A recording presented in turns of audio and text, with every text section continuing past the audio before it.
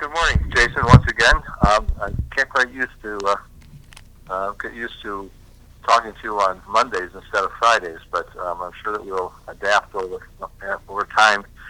Well, there's certainly a lot of information in the news in the last few days about the virus, the pandemic, and to tell you the truth, I certainly wish that there wasn't so much, but there's nothing you can do about the reality that we're in. And one thing that was pretty I was really disappointed when the White House Chief of Staff essentially seemed to me to declare surrender today to the virus, or yesterday, I believe, in an interview from CNN where I just saw it this morning, and it was really pretty shocking that he just came out and said, well, we are not going to control this.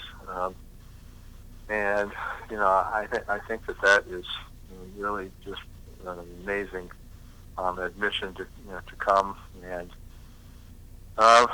then also in terms of the White House, Vice President Pence, his office has apparently got several different people that are infected with COVID, including his chief of staff, and apparently they were trying to keep that quiet, and my understanding is that this is quarantining, is that the Vice President will continue to campaign, although I understand he did say that he was not going to oversee the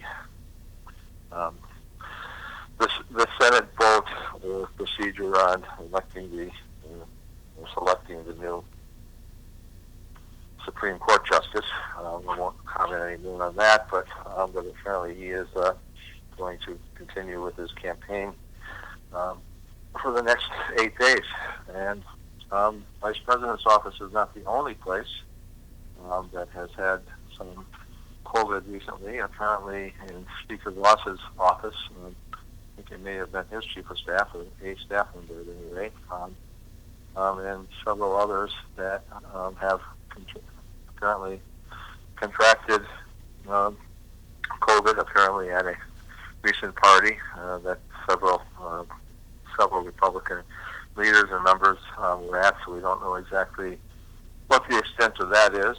It's been kind of closed mouth, so I know that there were several Democratic staffers that were very disappointed that they were in the buildings, working in the building at the time, and of course you run across people in the hallways and restrooms and wherever you happen to meet people that apparently, some of which had apparently been impacted with COVID.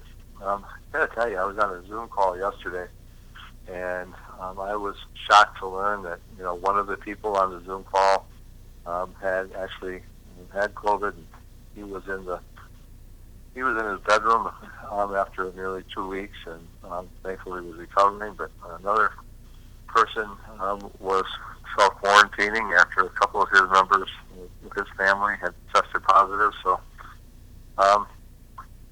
we are in the middle of a huge nationwide spike.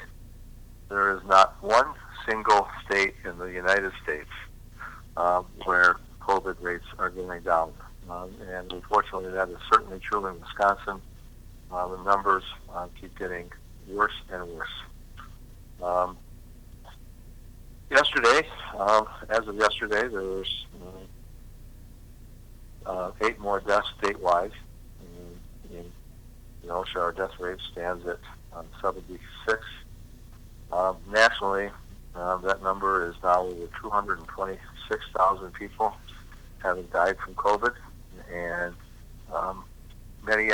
most experts, I think, are saying that we can anticipate that there will be as many as 400,000 people in the United States that die from COVID between now and the first of the year. So this is going to be a tough fall and a tough winter. Now there are some positive signs that they're getting close to hopefully having a safe vaccine, but we are not out of the woods yet. And even if one of these vaccines do prove safe, the amount of time that we have before enough are manufactured is still long ways away. So we need to make sure that we take care of ourselves in the interim.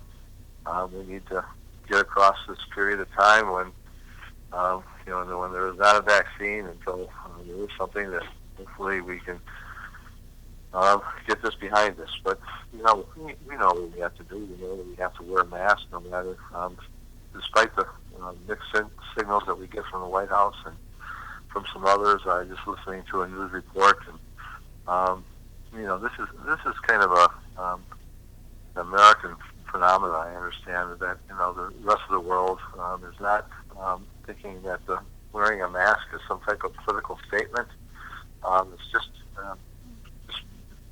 being right with you and right with your friends and right with your family. That if you can do something as easy as wearing a mask when you're out in public, that will keep your family and friends safer and your own self safer. This shouldn't be made into a political statement. It should be relatively easy to do. And of course, we need to wash our hands more diligently, and we need to continue to keep a safe distance away, at least 6 feet. And we need to be awfully cautious when we are in public.